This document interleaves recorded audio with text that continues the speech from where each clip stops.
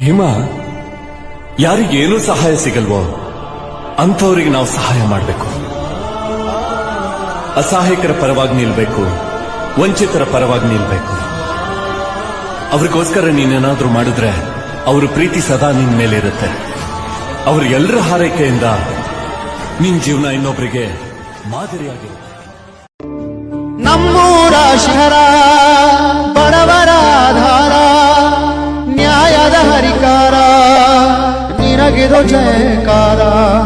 ಜೀವಕ ಜೀವವನು ನೀಡುವ ಯಜಮಾನ, ಕಣ್ಣೀರನು ಒರೆಸಿ ಹೇಳುವ ಸಾಂತ್ವನ.